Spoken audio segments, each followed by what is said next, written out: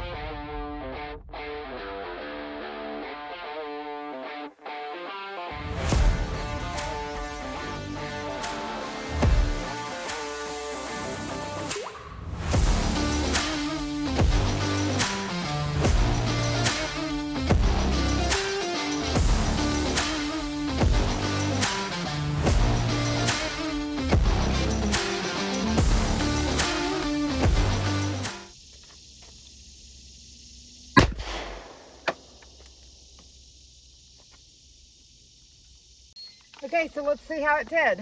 So this one and this one are going to be our outliers. And so we're going to zero and we're going to measure here. 1.346.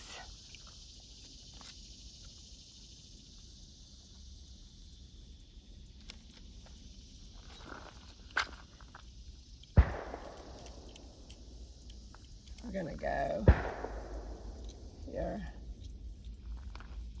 Oh, that breeze feels so good.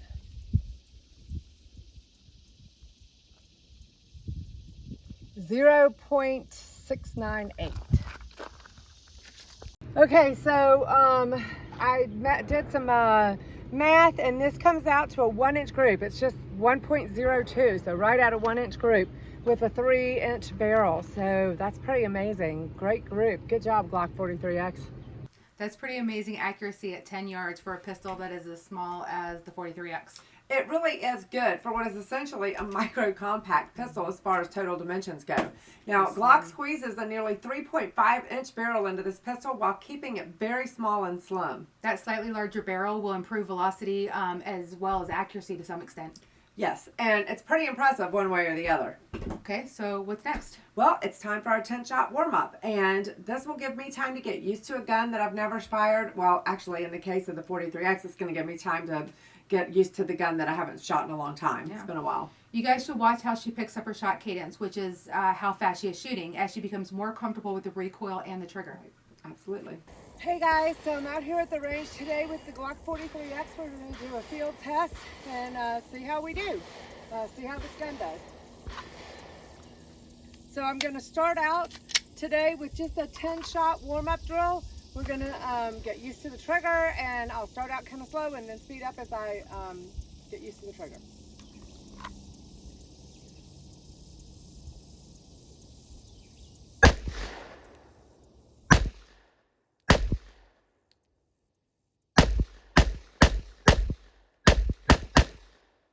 So not bad, I yanked a couple, but pretty good group. Trigger feels really good, has a good reset. I was pretty pleased with that. Louise, so you really turned up the speed with those last few, 10 for 10. I did. My first shot was high and right though. It was in the down zero box, but I lost it to the right because this trigger is very different than the one I'm used to. You know, the wall on this trigger is tactile, but when you press past the wall, it's not a clean break to the release. Yeah, it does. It creeps. And that's very typical of Glock triggers. It is.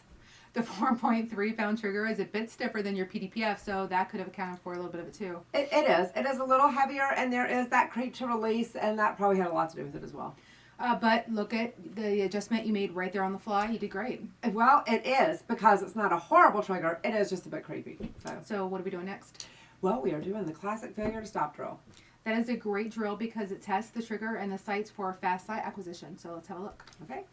Okay guys, so I'm going to do, now I'm still shooting the Glock43x, and I'm going to do a failure to stop.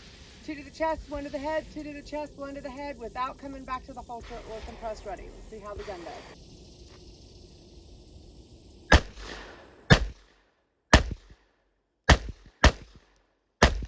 Okay, let's go see how we did. Well, I slapped the trigger and I felt myself do it. These are two in the same hole, and these two, I got 2 good headshots. So if I don't slap the trigger, I do really well. Now, as far as the trigger, it has really good reset. Actually, I just came off of shooting the dagger, which has a little bit longer reset than this one. So it kind of went off and quicker than I thought it was going to go off. But this is not bad. I like this gun. It's a tiny little gun, but I do like it, and I'm liking the trigger. That looked pretty good. You just pulled that one shot again to the right. I did. It was my second body shot in that second string. Trigger again? Yeah, I think so. So I was trying to pick up the cadence, and instead of the shot breaking, you know, the minute that I pressed past the wall, it creeped, and I made it worse by increasing the strength of the press. So then I ended up just yanking it to the right. I think you're right about that, because normally if the problem is a faulty trigger press, like slapping the trigger or something like milking the grip, you will shoot down into the left since you're right-handed. Absolutely. You're correct about that. And the trigger just isn't my favorite, but clearly with both headshots in, this shows that a shooter could adapt to this if they train with this gun. How about the sights? You know, the sights aren't my favorite either. I hate to say that, but they're okay. But I really prefer 1 dot on the front sight or a dot on the front and 2 dots on the rear. Again, it's just a personal preference, but that white outline on the Glock, I find it's a little bit distracting for me. Yeah. Anything else about the 43x? You know, I don't really have anything specifically about the 43x, but if I talk about Glocks in general, I really don't care for that 22-degree grip angle at all. I prefer the 18 or 19 degree grip angle, the 1911 grip angle that's on most of the pistols that I've shot. And I just find that it makes me naturally point too high, and it really hurts my hand. It's a comfort thing for me. So I noticed that I shoot higher with the 22 degree grip angle. A lot of people who shoot Glock, they love their Glocks. They do. You know, like my husband, he's a Glock fanboy, is what they call themselves. Many of them learned to shoot like when they were in the police academy or the police forces that Right. issued them. But what you have to learn is you have to learn to get used to what you're shooting with. You have to train with it. You have to be comfortable with it. And if that's what you like, that's what you like. Absolutely. What is the next drill? Emergency reloads. Okay, let's do it. Yay. Okay guys, so now we're going to do with this Glock43x, we're going to do an emergency reload drill. So we're going to shoot 3 shots, emergency reload, and fire 3 more. Let's see how the gun does.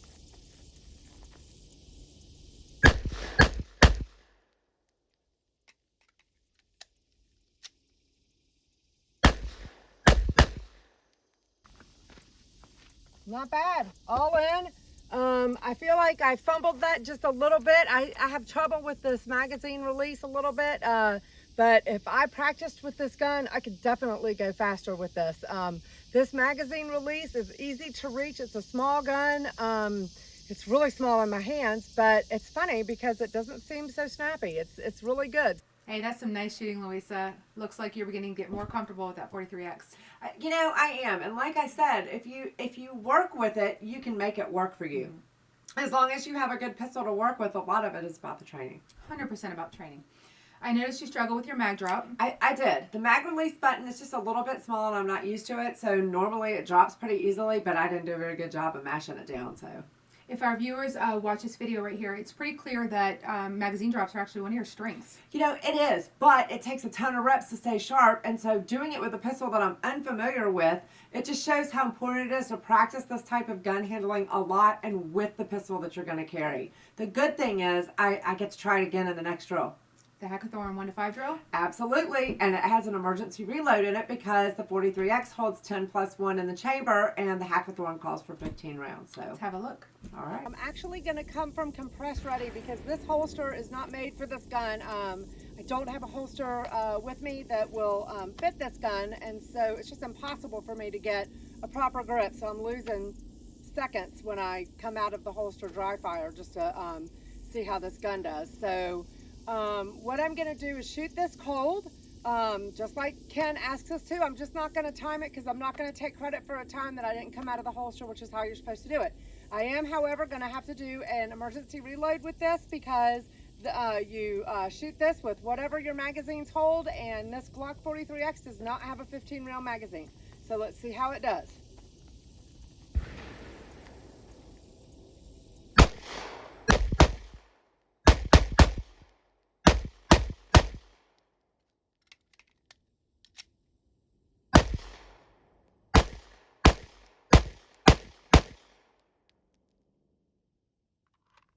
Okay, so let's take a look at these targets. I'm really pleased with this. All of these are in. I felt like I was shooting very quickly, even though I didn't draw from the holster. I feel like my target acquisition was pretty fast, and then the more shots I had, the faster I went. So let's see how we did here. Oop, I yanked the trigger once. That's what happens when you slap the trigger. The rest of these are all in. And all of these 3 are in. So I would have had a 1 down. You really looked comfortable with the gun. Yeah, I did. No question about it. In general, it's a good gun. It's not perfect, but the compromises that it presents are all things that a good shooter could work with. True. Now let's take a look at how you rated the pistol. You rated the feel for the gun and trigger reach as a 5. I did. So the gun feels really good in my hand. The grip is small, but not too small. And I feel like the trigger reach is short, but I didn't have any problem getting my finger on the trigger properly. So You rated the quality of sights as a 3.5. I did, and we talked about that a little bit ago. It's a personal preference for me. I don't care for that outline. The outline of the white. Got it. A 3.5 for sight adjustability because of the need for the sight press, which is... Yep, our standard deduction for the need to learn how to use the sight press or to go to a gunsmith. So even buy one. Yeah. Strength to rack the slide, a 3? So, yeah, I just think, well, I think it was slippery, but maybe it was the humidity and the fact that it was 95 degrees and my hands were sweaty. But I feel like that recoil spring is pretty stiff, too. So some of our women may have trouble with that. I don't know. Well, so, that's yeah. a big deal with any shooter who has strength issues with their hands, ailments, or arthritis in his or her hands. Absolutely, yeah. Well, how about the size and ease of using the controls? So I think the controls are a little bit small and difficult to use for me, but then again, I'm used to the really long slide lock bar on my Walther, and the Glock's slide lock button is just really small, but you know, again, if you train to it, it would probably be okay. But the one thing that the 43X does not have that I absolutely love about my Walther is the ambidextrous controls. Can you explain to our viewers why ambidextrous controls would make a difference and why you like them so much? Absolutely. So a couple of reasons, actually. So one, you could be forced to shoot weak hand because of an injury or just because you don't have enough strength in your hand to hit the magazine release button. And without ambidextrous controls, that can be problematic because with them, I can use my trigger finger on the slide lock or whatever. And beyond that, if I can't reach the controls in a traditional manner, then ambidextrous controls become really important. Absolutely, absolutely. Most shooters don't think about these things. You need to train the way that you think you may be forced to fight. We already talked about slippery serrations. So what about the fit and finish of the gun? You know, like most Glocks, there's nothing fancy or, you know, extraordinary about the 43X. It is a basic gun. It's functional and highly reliable. However, I do think it's solid. It's well made. It's sturdy. It doesn't feel loose or sloppy in my hands. And let's not forget that any pistol with a 3.5-inch barrel that shoots a 1-inch group at 10 yards on the ransom rest has to be, you know, well made. It just does. Glocks didn't get their reputation for being reliable without being a really good pistol. Absolutely. Well, it's true. If you're looking for something really fancy, you're not looking for a Glock, but their simplicity does give it a level of elegancy or elegance. It's nice. It is. So you're right. Finally, the all-important trigger. Okay. So all of our loyal viewers know that I'm a trigger snob. I am. I can't help it. I rated it a 3. So it does have a good tactile feel, but before the shot releases, there is a very definite creep to the release. And you could see that on several of my drills, that creep can be dealt with, but under enormous pressure associated with fighting off a violent attack, no matter how hard you train, you could have some of the same shot placement issues that I did on my drills. So remember now, Glock pistols are striker fired, but in the holster with the gun loaded, the striker is not fully cocked, and the final cocking of that striker is a product of the trigger press. So this is one of the hallmarks of a Glock pistol, and it is also the reason that Glock triggers fall short of triggers like HK and Walther, and even some Canic pistols that we've tested. So even though it's a decent trigger and a way better trigger than the Gen 3 Glocks rocked, they still have a ways to go before their trigger can compete with these others. That's my opinion. I'm going to have to agree with you on most of that. All that is important information to have and understand as you're trying out pistols for a CCW weapon. So you rated the pistol a 35.5 out of 45, and your subjective rating an 80 out of 100. What are your general feelings about the Glock 43X? Well, first of all, I'm neither a Glock girl nor a Glock hater. I'm not either. But I do know that they're both out there. And I think Glock is a really good, steady, and reliable pistol. It has many strengths, like its reliability, its simplicity, its ability to be accurate in the right hands, and the fact that it's so small and concealable, and its price is just under $450 is a huge bonus. It is a huge bonus. So also, there are tons of aftermarket parts for Glocks, right? So yeah, downside? I would say as far as out-of-the-box trigger goes, or pistol goes, the marginal sights, the need for a sight press, the limited magazine capacity, and the small and difficult controls. And of course the grip angle and the trigger, but there are a lot worse choices for a CCW pistol. And a lot of my negatives come down to personal preference. And we say this on every one of our videos. So I have to say that what I always say, shoot the gun before you buy it. Just because I don't like these details and because I'm not comfortable with them and I feel like there's a better choice in that price range, it doesn't mean that Glock isn't right for you. 100%. Louisa, I absolutely agree. You have to try the gun. You must try the gun before you buy it. Then you must train, and train again with your pistol. It's going to be an extension of your arm.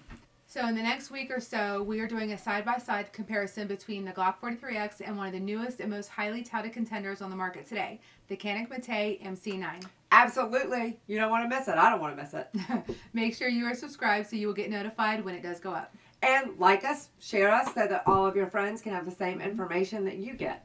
We would like to thank Precision Firearms in Savannah for the ammunition for today's shoot, as well as our good friends over at Ransom International for our Ransom Master Series rest and our really cool remote trigger. We could not do this without you. We couldn't, and I love the remote trigger. Me It's too. awesome.